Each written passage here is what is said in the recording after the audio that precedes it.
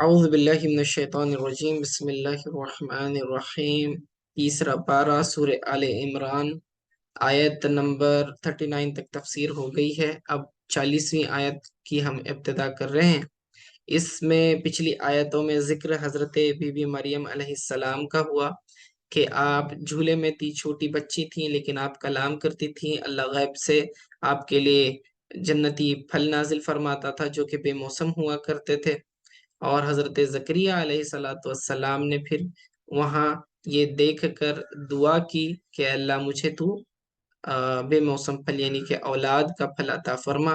تو اللہ رب العزت نے جبریل علیہ السلام کے ذریعے بشارت دے دی کہ تمہیں یحییٰ علیہ السلام دیے جائیں گے، اور وہ سردار بھی ہوں گے، متقین لوگوں کے نبی بھی ہوں گے، صالحین میں سے ہوں گے، اور حصور بھی ہوں گے۔ حصورہ کا معنی ممنوع من النساء یعنی عورتوں سے دور رہنے والے، یعنی انہوں نے نکاح نہیں کیا تو وہ اعتبار سے کہا۔ ٹھیک ہے، اب یہاں جب زکریا علیہ السلام کو بشارت دے دی گئی کہ یحییٰ علیہ السلام پیدا ہونے والے ہیں، تو ان کے دل میں ایک اشتیاق پیدا ہوا۔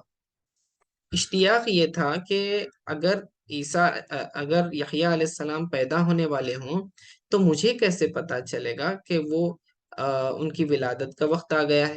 کیونکہ اگر اگر یہ عموماً جو ہے، اگر کوئی عورت حاملہ ہو تو اس کا حیض بند ہو جاتا ہے، تو اس سے پتہ چل جاتا تھا کہ یہ پریگننٹ ہے۔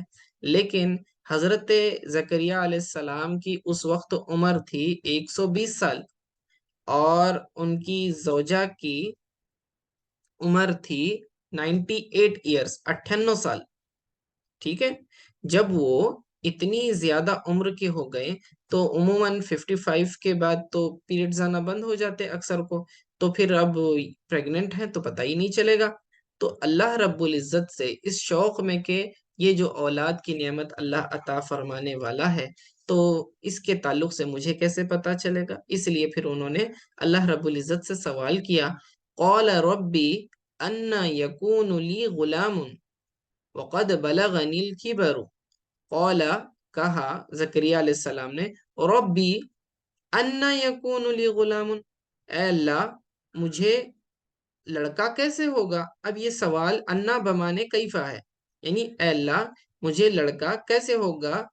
یکون لی غلام، غلام کہتے ہیں بیٹے کو، ٹھیک ہے، عربی میں لفظ غلام چھوٹے بچے کو بھی کہتے ہیں، ٹھیک ہے۔ تو یہاں غلام سے مراد وہ نوکر ٹائپ کا نہیں، یاد رکھنا عربی میں چھوٹے بچے کو غلام کہتے ہیں۔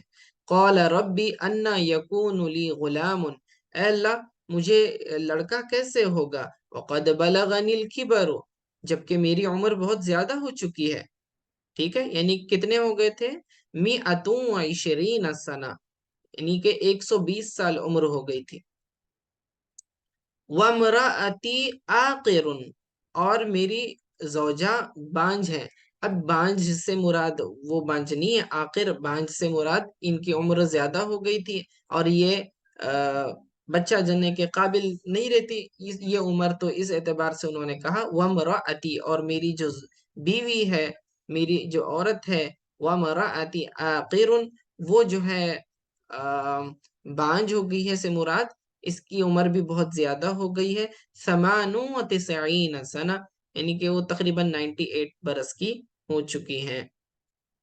اب یہ اعتراض نہیں تھا اللہ تعالیٰ کے فیصلے پر، کیونکہ وہ خود نبی ہیں، ان سے یہ ایکسپیکٹ نہیں کیا جا سکتا، بلکہ انہوں نے ظاہری اسباب کی طرف نظر کرتے ہوئے اللہ رب العزت سے سوال کیا کہ وہ کون سا سبب ہے، یا پھر وہ یہ کس طرح سے ممکن ہوگا جبکہ اسباب ظاہری اس چیز کے خلاف نظر آتے ہیں۔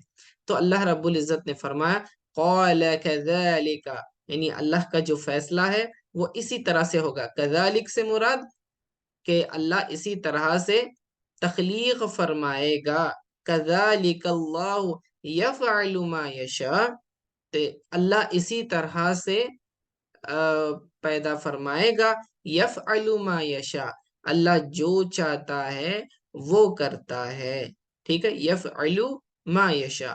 اب یہ کذالک اس ورڈ کی طرف توجہ کرنا، آگے جا کے میں ایک اہم نقطہ اس کے تعلق سے بتاؤں گا۔ جب حضرت یحییٰ علیہ السلام کی ولادت کی بات ہو رہی ہے تو اللہ نے فرمایا کذالک اللہ یفعل ما یشاء، کہ اللہ اسی طرح پیدا فرمائے گا، اللہ جو چاہتا ہے وہ کرتا ہے، ٹھیک ہے، یعنی اسے کوئی شے عاجز نہیں کر سکتی، اور وہ اپنی قدرت کا اظہار کرتا ہے۔ اب اظہار قدرت جیسا چاہے کرے، اس کی مرضی، ٹھیک ہے۔ یہاں پر مقصد کیا تھا؟ یہ بتانا کہ اگرچہ کہ ظاہری اسباب نہ بھی ہوں تو اللہ اس بات پر قادر ہے کہ وہ اس امر کو، اس کام کو پورا کر دکھائے، کیونکہ اللہ کے ہاتھ میں قدرت ہے، جو چاہے کر سکتا ہے، ٹھیک ہے۔ آگے تو حضرت زکریہ علیہ السلام نے پھر التجا کی، اللہ رب العزت سے دعا کی کہ اے اللہ رب العزت، تو میرے لیے ایک نشانی قائم کر، یعنی میرے لیے بطور معجزہ تو کیا کر، کوئی چیز مجھے بتا کہ جس سے مجھے پتا چلے کہ جب بھی میری بیوی حاملہ ہو۔ تو کہا قال، زکریا علیہ السلام نے فرمایا قال رب اجعل لی آیا، اے میرے رب بنا دے میرے لیے ایک نشانی۔ تو یہ نشانی کون سی تھی؟ ای علامت علی حمل امرأتی، یعنی میری زوجہ حاملہ ہے، اس بات پر تو کوئی نشانی بنا، ٹھیک ہے نا، کہ مجھے پتا چلے کہ اب وہ حاملہ ہیں۔ قال، اللہ رب العزت نے فرمایا قال آیاتک اللہ تکلم الناس، تمہارے لیے آیت یہ ہے، یعنی نشانی یہ ہم نے بنائی کہ اللہ تکلم الناس، کہ تم کلام نہیں کر سکو گے لوگوں سے، لا تکلم، تم بات نہیں کر سکو گے، الناس، لوگوں سے، ای تمتنع من کلامہم بخلاف ذکر اللہ تعالی۔ تو اللہ تعالیٰ نے حضرت زکریا علیہ السلام کے لیے نشانی یہ بنائی کہ وہ کوئی بھی دوسری بات لوگوں سے نہیں کر سکتے تھے سوائے ذکر الہی کے، یعنی اپنی زبان سے وہ صرف ذکر الہی کر سکتے تھے، اتنی ہی ان کو اجازت تھی، باقی اگر وہ کوئی بات کرنا بھی چاہتے تو وہ نہیں کر سکتے تھے، انہیں اشاروں میں بات کرنا پڑتا تھا۔ تو یہ کتنا عرصہ رہا؟ آگے اللہ نے فرمایا ثلاثت ایام، 3 روز تک، لیکن یہ دن جو ہے نا رات کو بھی شامل ہے، تو ٹوٹل 24 آورز کا ایک دن یہاں کاؤنٹ کیا جائے گا، یعنی ٹوٹل 72 آورز، ثلاثت ایام ای بلیلیہا، اس کے ساتھ راتوں کو بھی کاؤنٹ کریں گے، تو دن اور رات دونوں ملا کے، تو 3 دن 3 رات تک تم بات لوگوں سے نہیں کر سکو گے، الا رمزا، سوائے اشارے کے، رمز کہتے ہیں اشارے کو۔ تو کیا بات ہوئی؟